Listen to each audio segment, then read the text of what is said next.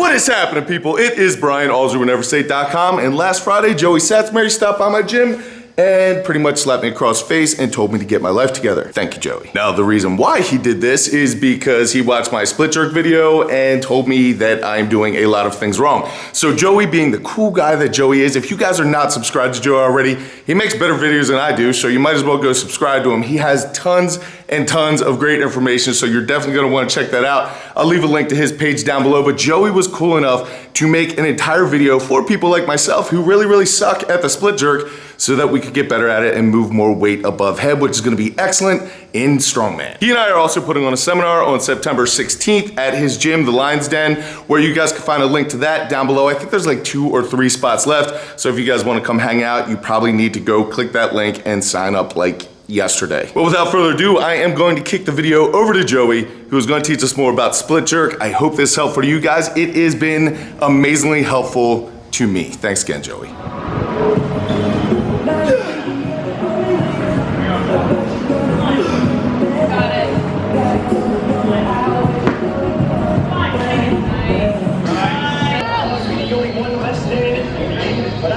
Come on, you got it. All day. Come on. Come on.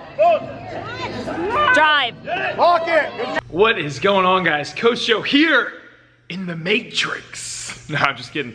The lights are powering up, but I like to think I'm in the Matrix every time I turn the lights on in the gym. So as you guys know, I'm friends with Brian Alsruhe, who is Maryland's 2-time strongest man. He's a famous YouTuber, and he's just so wise when it comes to strength training. So one of the things that he reached out to me about was working on his split jerk for nationals. And after watching a lot of his videos on his split jerk, there's a lot of room for improvement that will make him so much more efficient, especially with heavy weight. Now, a lot of people always are like, dude, you're doing weightlifting and you're doing strongman. How do they mesh together? There will be a video coming out about that, but this is just one topic that I really think can help you understand the correlation. Now, when I do strongman competitions, just like my last one, I had to do a log, clean, and press max, okay? So I worked up to a 330, and in that video, I did a push jerk. Now, everyone there is looking at me like, what is this guy doing? They're all strict pressing, or they're push pressing. But the jerk, by far, if you can get this technique and skill down, is the most efficient way to press anything over your head when it comes to heavy weight. All right, so I've made videos on this before. You can check my channel out. There's a part 1, 2, and 3 covering the clean and the jerk. I would advise you guys to go check that out. Today we're just gonna be covering the jerk, primarily the split jerk, because that is what Brian needs help with. So I'm gonna show you some basic tips, tricks, and give you some drills to work on, making sure that this is gonna be the best way to use for the best way. Yeah, that was a lot to handle, but that's why you guys watch this stuff, right? If you guys didn't know, I got Arnold. I just nonchalantly hired a 15-year-old to paint that for me. She's killing it. So what we're gonna do is just make sure that the split jerk is the most efficient and in the best technique possible to get that bar from overhead. Brian, I hope this helps. We're gonna go over leg stance, we're gonna go over weight distribution, we're gonna go over where the hand should be on the bar, how the bar is gonna get overhead in an explosive manner. So step on in, baby. The Joey Show is about to start.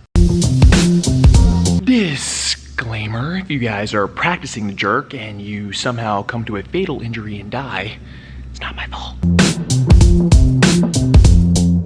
Better question than how is why. So why would we do a jerk, especially a split jerk? Now, the reason is because instead of actually using raw strength and pressing it up, which is impressive, okay, that takes a lot more energy expenditure. So when we do this split jerk, think about it that we use our leg drive, okay, our big legs, right? Legs are probably stronger than shoulders, correct?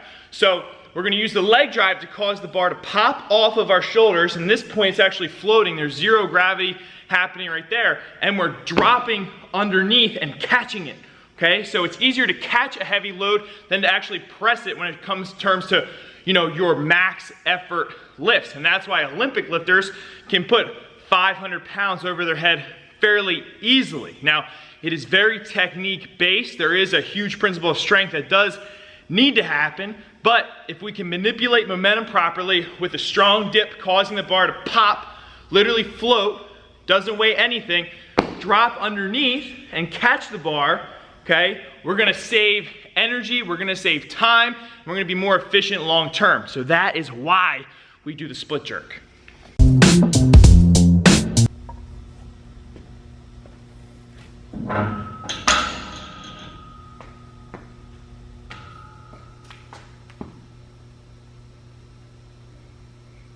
All right, so once you guys are comfortable getting into a solid front rack position, okay, if you can't do that, there are videos on my channel or other channels out there establishing proper front rack mobility. So I suggest you check those out.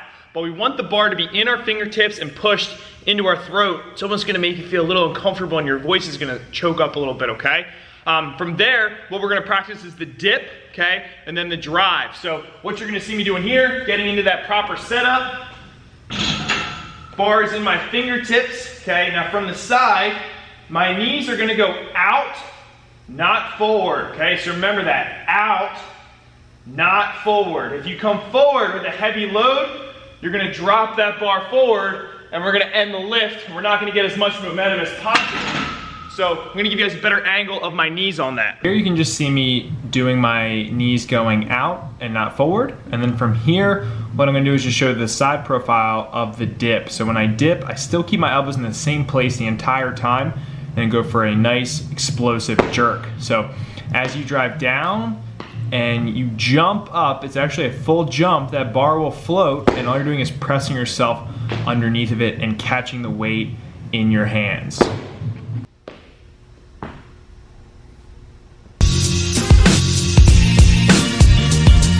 So if you guys are just learning a split jerk for the first time and you're wondering what is my lead or front foot, I'm gonna give you a quick drill on how to figure that out.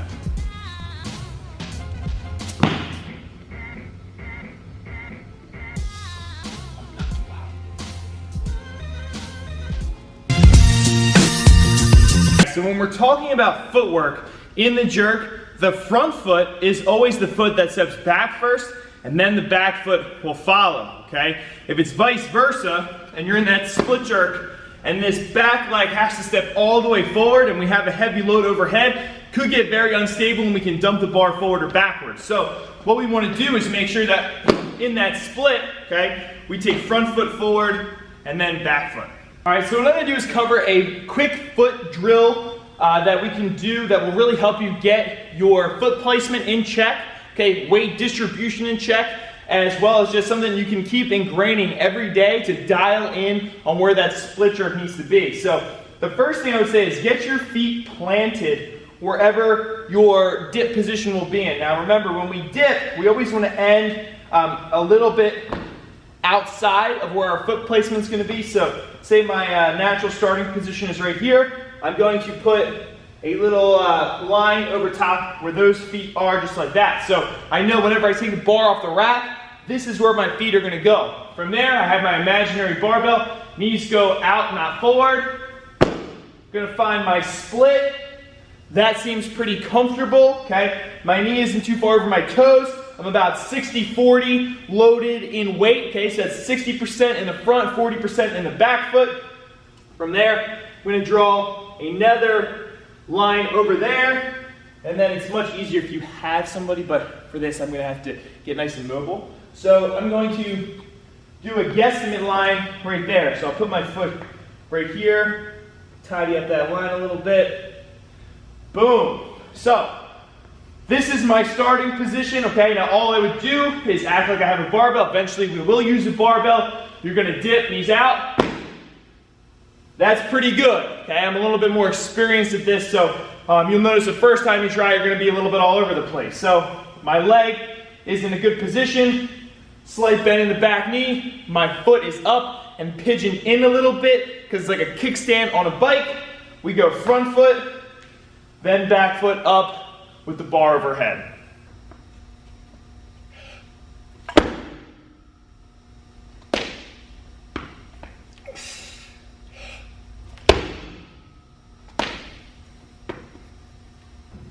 So guys, when we're in that jerk position, okay, so just getting our split here, we want to find the weight balance that feels good, okay? We don't want to be too far our toes. or else we're gonna have to swoop up with that leg, and it's a big jump, especially if you have about 400 pounds over your head, okay? So we gotta find where we feel comfortable and where we feel stable.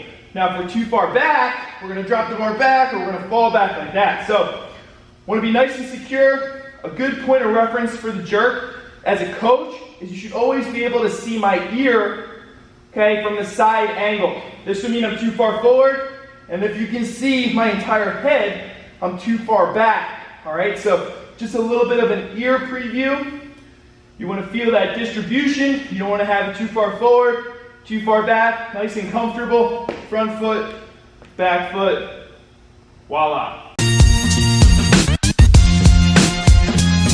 All right, so here are some drills of me just getting my footwork down pat, and I'll do this for multiple reps. And then from here, what I'll do is start doing some strict presses from the jerk position. And you can see as I get my head through, you can see my ear. I'm squeezing and engaging my upper back, my traps, my lats, and just finding the balance. Then I'll actually do a jerk from a jerk position, which really emphasizes getting under the bar. So this is a drill I like to practice multiple times as well, especially for beginners.